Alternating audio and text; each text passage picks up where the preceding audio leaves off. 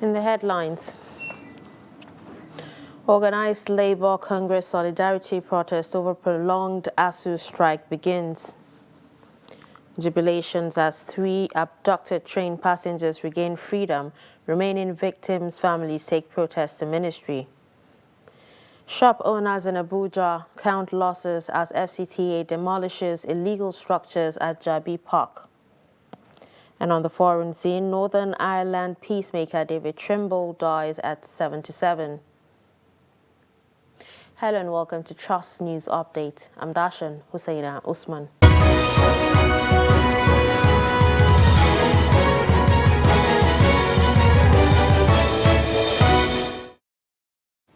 The Organized Labour Congress Solidarity protest has begun in Lagos.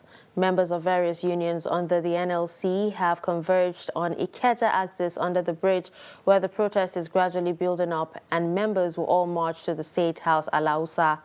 Nigerian Labour Congress said it is not backing down on its 2-day protest. Some of the union present are NUPENG, NASU, ASU, and NUT.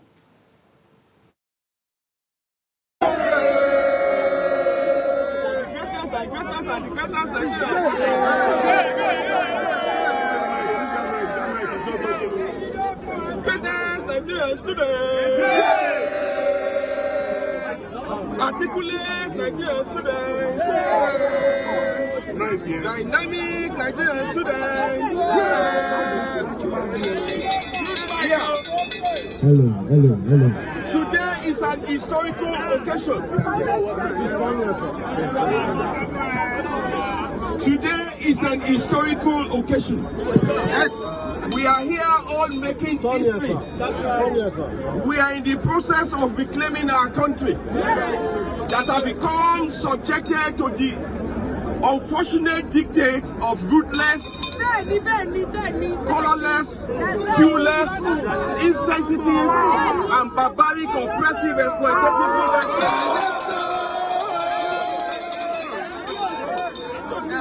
In the last 5 months, the doors of our university have been closed. In the last 5 months, this year, not because workers in the university didn't want to work, but because we have a government that has a pathological hatred for knowledge.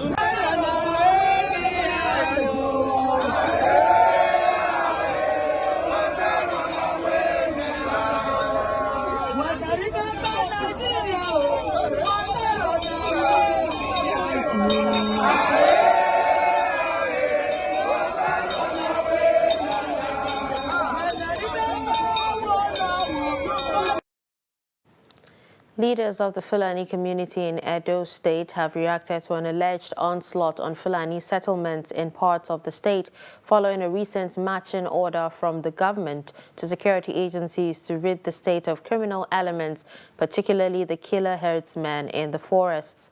Trust TV's correspondent Nafisa Bello completes the report. Expressing dissatisfaction over the development, the chairman Edo State Cattle Dealers Association, Alhaji Ahmed Sahad, and the Sarikin Fulani, Alhaji Muhammad Sousa, said they are not aware of any marching order by the state government to quit Fulanis from Edo land, adding that the information got to them from their kinsmen in parts of the state that security operatives are raiding their camps and settlements, attacking innocent herdsmen, destroying and killing their cows under the guise of tackling insecurity.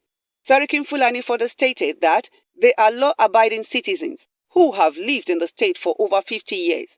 Hence, they call on appropriate authorities to checkmate the alleged activities of some vigilante operatives. But the information never reached me from the government. That's the truth. I can't say government give a free notice. They are no place that. But the information we get from the Fulani, they came, some vigilante, they always attack them. Maybe shoot their cows, shoot even the people. All we are Nigerians. And I don't think that Nigeria you get where you stay when you ask you to come out. I don't think Nigeria. The problem that muke da shi a yanzu Edo State, mu dai Fulani na Edo muna da shekara sama ga 50 Edo State. Sannan mu ba mu taba samun irin wannan problem sai a wannan karo. Ba mu san komi ba, an ce kawai an bi digiranci sun shiga daji suna halba mutane ce gaba da an ce a kori Fulani. Sannan in za a kori mutu ya kamata a kira lidodin a ce ga matsalan da gare ku ga matsala ko ku jara ko mu kore ku. Tunda mu dai dan Najeriya ko dan kasa waje zai zo ya zauna a Najeriya. Reacting to the alleged atrocities committed by security operatives, the image maker of the Edo State Police Command, SP Chidin Wabuzo, told newsmen that no one has come to lodge complaint, though there was actually a marching order by the state government to comb and flush out suspected bad elements in the forest. No one has come forth to complain that his cow was killed.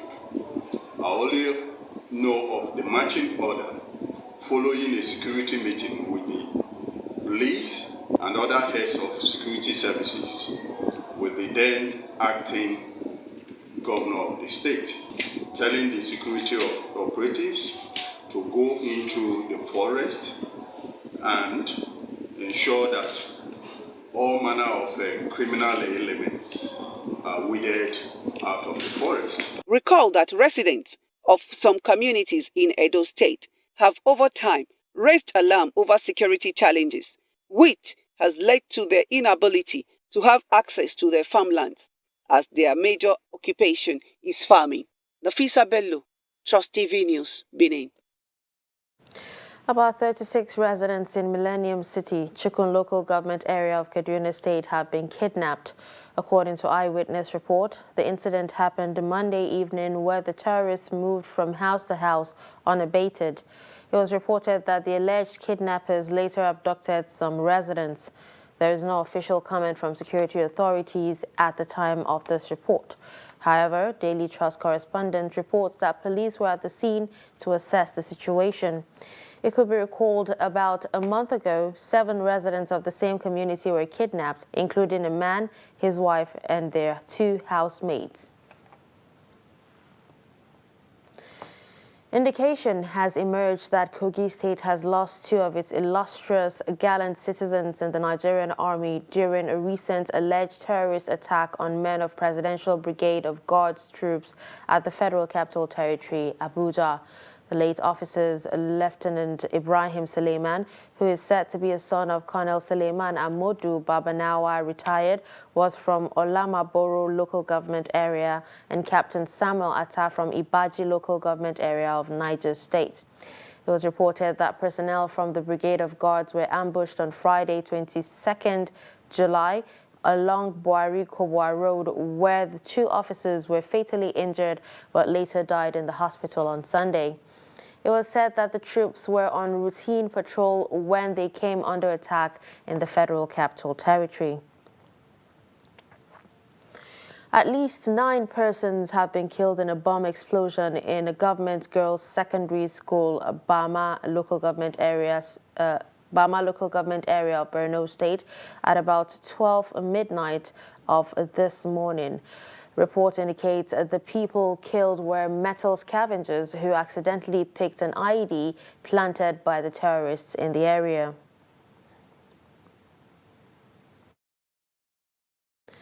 The federal government has ordered the immediate closure of the Federal Government College Kwali. Apologies for that. 3 hostages of Kaduna train attack on Monday afternoon regained freedom from captivity. Among them is Barrister Hassan Lowell, who was seen in the recent video in circulation begging governments to come to their aid. Barrister Hassan was kidnapped along his wife when terrorists attacked the Kaduna-Abuja train, but his wife was among the first 11 persons freed by the terrorists. Hassan, who said the Nigerian government has failed to effect their release, added that it is a bitter experience being in captivity and called on the international community to intervene. Freedom, and as you can see in the midst of my friends and relatives, I'm highly excited and overwhelmed by the reception I received from my family. Any special message? Yes, actually, I'm calling on as I said, the government has failed woefully in terms of security and in terms of rescuing our brothers that are still in captivity. So I'm calling on the international communities and also other foreign agencies to come to their aid to see that they are rescued on time, because the situation they are in now is actually terrible. Was there any kind of attempt by the security agencies to rescue you guys while in the forest? Actually, there is none. I have never heard of that. Thank you. Talking about torture, talking about the torturing. No, that is obvious, as a video was released yesterday, and you see the kind of torture we experienced during that period, and it's like the thing is getting worse and worse.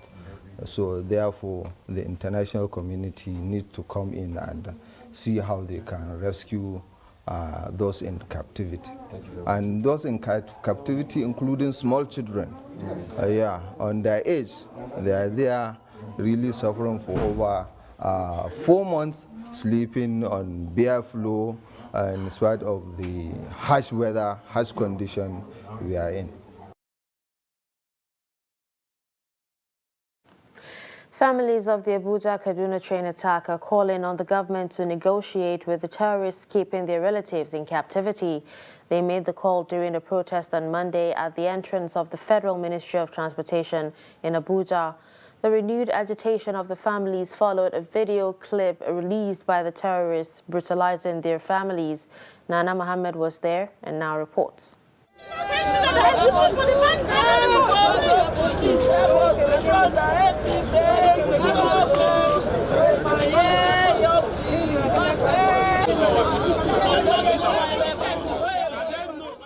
This is an emotional and traumatic scene. The air is tense, and these people are angered, frustrated, and pained. Families of victims of the Abuja-Kaduna train attack have taken their agitations a step further, blocking the entrance of the Ministry of Transportation. The protest was triggered by a new video released by the abductors showing their relatives being subjected to dehumanizing treatment. Fatima Aminu is a sister to one of the victims still in captivity. My sister's name is Hafsat Abdullahi. The daughter is Baby Islam, and she's 41-year-old. What happened when she left home? She came for our younger sister's wedding here in Abuja because she's married and stays in Kaduna with her husband and 6 kids, plus this one 7. So she came for the wedding and she was going back on 28, and me, I was in the hospital self because I was pregnant. How did I feel? I've been down since that yesterday morning. I've been lying down because don't sue me in the car way. Fever thing.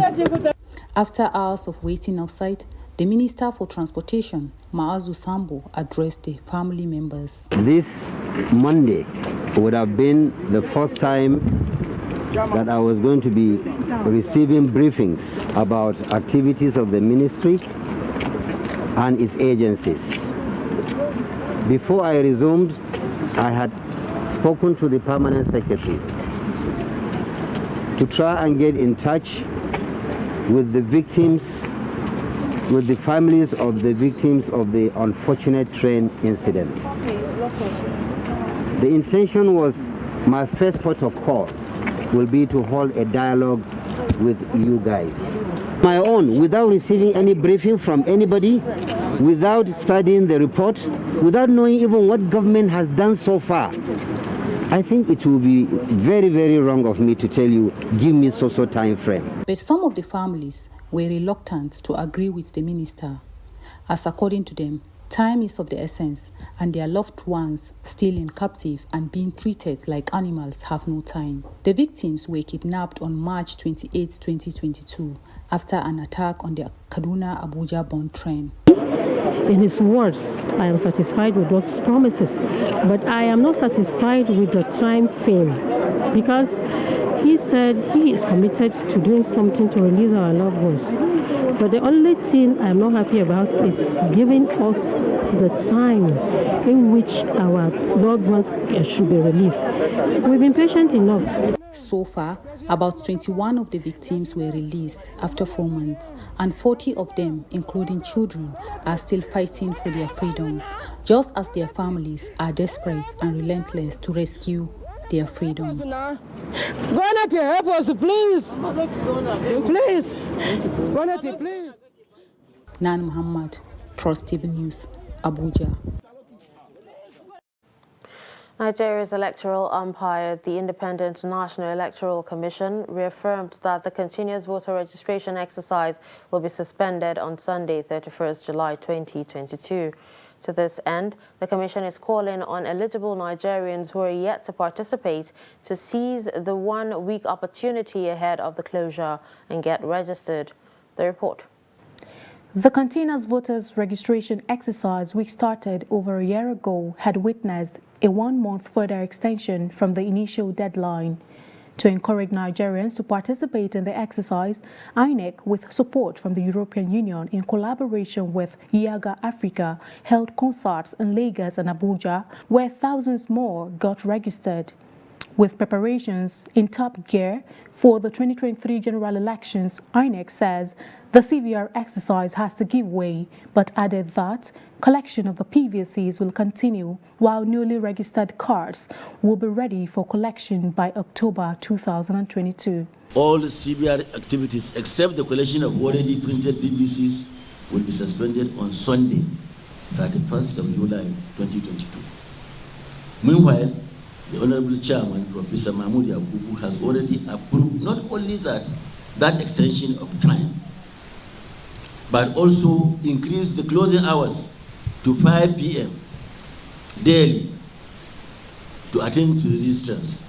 And in addition, this exercise was carried on last Saturday and yesterday Sunday. And the exercise will also be carried on the next Saturday and the next Sunday. Bello urged registrants in the FCT to patronize centers within their area councils and shun multiple registrations to avoid risking disenfranchisement, noting that special considerations are made for persons living with disabilities. The Federal Commission for People with Disability invited us for a press conference last week at their premises and requested INEC to deploy an urban machine at each area council where they have designated centers in order to register people with disabilities.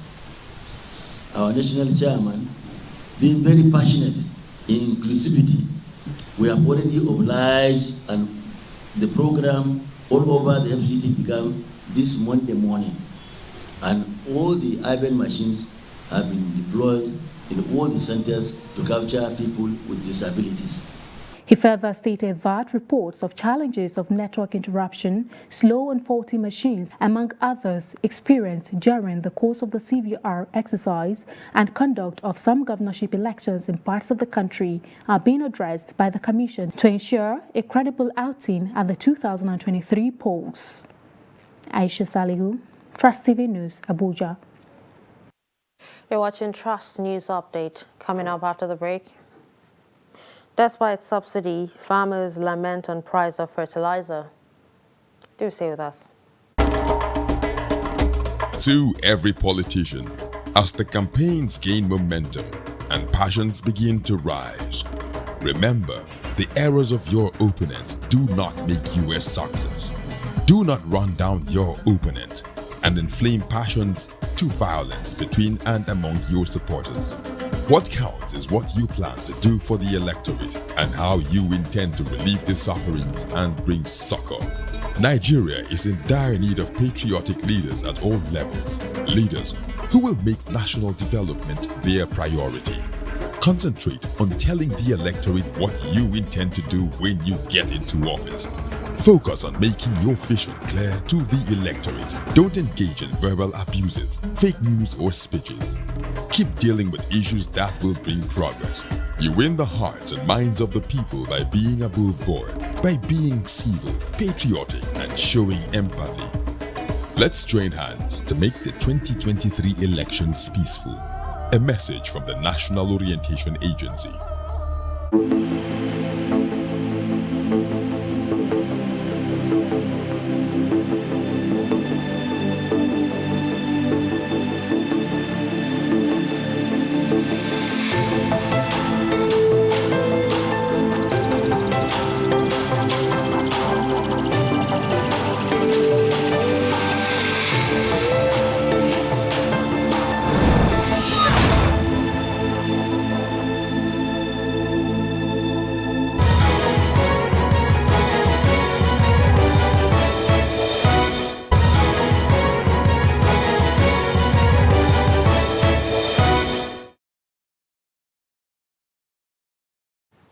Welcome back.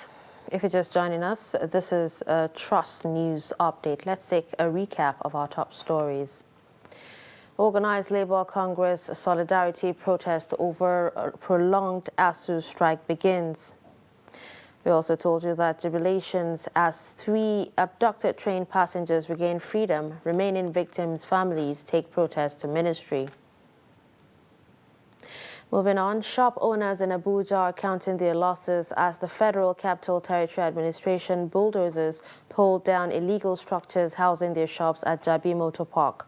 The exercise is part of the ongoing demolition exercise in the capital city.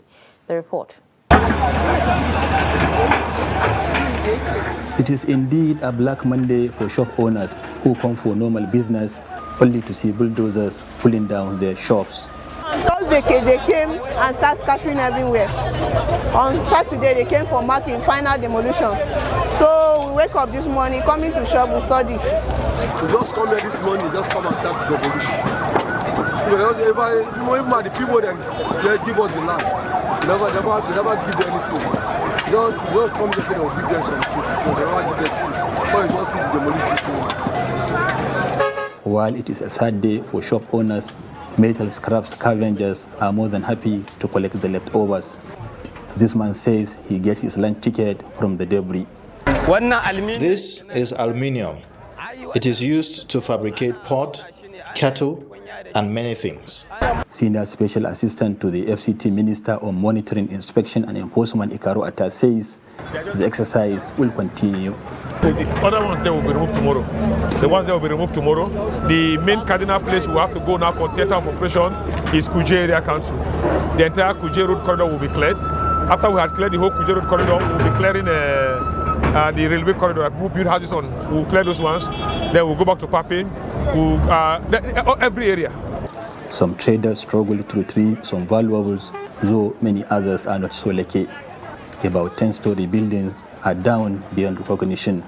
Ahmad Datti, Trust TV News, Abuja. Farmers in Bauchi say that despite subsidy on fertilizer, local farmers find it difficult to buy the commodity. The state governor has launched the 2022 sales of fertilizer, pegging the price between 1,500 naira and 20,500 naira per bag. The farmers made the observations during the official flagging off of sale of fertilizer for the farming season held at Nabordo Toro local government area of the state. Trust TV's Adamu Imam completes the report. Bauchi State has fixed the price of 50 kg of NPK and urea fertilizer at 15,000 naira and 20,500 naira, but only to practicing farmers in the state. Governor Bala Muhammad, while speaking at the official launching of 2022 farming season and fertilizer distribution, says the Russia-Ukraine war has caused astronomical rise in price of raw materials for the commodity. While the farmers appeal for justice in the distribution, they noted that there are no much change with the one sold in the market.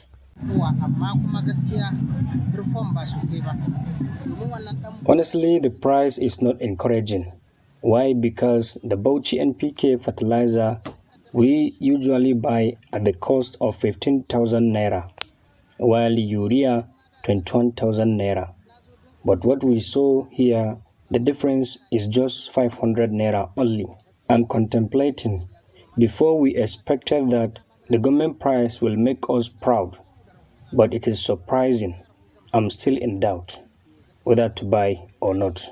We have a lot of challenges in the area of agrochemicals, especially herbicides and post-emergence. It's not yielding result for us. We are local people, depend on what we see. On the foreign scene, David Trimble, the Northern Irish leader whose statecraft helped end decades of conflict in the United Kingdom territory and earned him a Nobel Peace Prize, has died at the age of 77. Trimble passed away peacefully following a short illness. Trimble and Irish nationalist John Hume jointly received the Nobel Prize in 1998 for their roles in crafting the Good Friday Agreement, which helped end the violence between Catholic nationalists seeking Irish unity and pro-British Protestants who wanted to stay in the UK. About 3,600 people died during 30 years of conflict in the territory. And finally, in sports, Juventus say Paul Pogba has suffered a knee injury and he will have a specialist orthopedic consultation to discover the extent of the problem. The injury has ruled him out of the Italian club's friendly against Barcelona in Dallas on Tuesday. The 29-year-old rejoined the Serie A this summer after his contract with Manchester United expired. Juventus said Pogba complained of pain in his right knee and tests showed a lesion of the lateral meniscus. The club added that in the next few hours he will undergo a specialist orthopedic consultation. With this, we've come to the end of Trust News Update. Don't forget to follow us across all our social media platforms. I'm Dashan Husseina Usman. Thanks for watching.